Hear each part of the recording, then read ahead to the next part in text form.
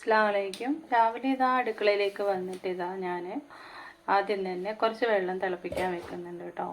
എന്നും പതിവ് പോലെ ചില ദിവസങ്ങളിൽ ഓർമ്മ ഉണ്ടാകുന്ന സമയത്ത് കുറച്ച് ചൂടുവെള്ളം കുടിക്കും. അപ്പോൾ അതിന് വേണ്ടിയിട്ട് പിന്നെ തലേ ദിവസം രാത്രി ദോശക്കുള്ള മാവ് അരച്ച് വെച്ചിട്ടോ ഇങ്ങനെ ഇത് ആദ്യമായിട്ടാണ് കേട്ടോ ദോശക്കുള്ള മാവ് ഇങ്ങനെ പുളിച്ച് പോകുന്നത്. ഞാൻ ഈസ്റ്റ് ഇടാണ്ടാണ് കേട്ടോ മാവ് അരച്ച് വെക്കാറുള്ളത്. ഇന്നലെ ഞാൻ തണുപ്പായതുകൊണ്ട് പൊങ്ങി വരുമോ എന്ന സംശയത്തിൽ ഞാൻ കുറച്ച് ഈസ്റ്റ് ഇട്ടിട്ടുണ്ടായിരുന്നു. അതുകൊണ്ട് തന്നെ നന്നായിട്ട് പുളിച്ച് പൊന്തിയിട്ടിട്ട് കേട്ടോ.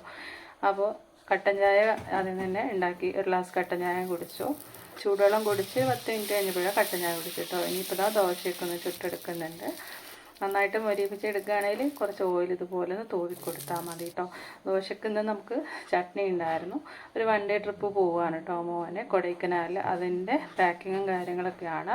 അപ്പോൾ ഉച്ച കഴിഞ്ഞ് ചോറൊക്കെ തിന്ന് കഴിഞ്ഞതിന് ശേഷമാണ് കേട്ടോ അവന് പോകാനായിട്ട് ഒരുങ്ങിയിട്ടുണ്ടായിരുന്നത്. രാത്രിയിലാണ് ട്രിപ്പ് പോകുന്നത്.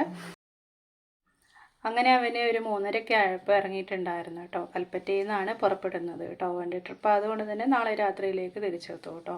അങ്ങനെ മോന് പോയതിന് ശേഷം പിന്നെ ഞാൻ ഒരു 4:30 ആയപ്പോൾ ഞങ്ങൾക്ക് രണ്ടാൾക്കും കോഫി ഇട്ടിട്ടുണ്ടായിരുന്നു. ബ്രൂ കോഫിയാണ് ഇട്ടിട്ടുണ്ടായിരുന്നത്. ഇക്കാക്കൊരു വിത്തൗട്ട് കോഫി, എനിക്കൊരു മധുരത്തോട് കൂടിയുള്ള കോഫിയാണ് കേട്ടോ. പിന്നെ ഉച്ചയ്ക്ക് ചിക്കൻ കറിയും നെയ്ച്ചോറൊക്കെ ഉണ്ടായിരുന്നു കൊണ്ട് തന്നെ വൈകുന്നേരം ഞാൻ വലിയ സ്നാക്സ് ഒന്നും ഉണ്ടാക്കിയില്ല. അവിൽ മിച്ചർ ഉണ്ടായിരുന്നു. അതൊക്കെ കൂട്ടിയിട്ടാണ് രണ്ടുപേരും ചായയൊക്കെ കുടിച്ചിട്ടുണ്ടായിരുന്നത്. കോഫി കുടിച്ചിട്ടുണ്ടായിരുന്നു കേട്ടോ. അപ്പോൾ ഇതൊക്കെയാണ് നമ്മുടെ ഇന്നത്തെ ഒരു കുഞ്ഞു മിനി വ്ളോഗായിട്ട് ഉൾപ്പെടുത്തിയിട്ടുള്ളത് കേട്ടോ. അപ്പോൾ ഓക്കെ, ബൈ.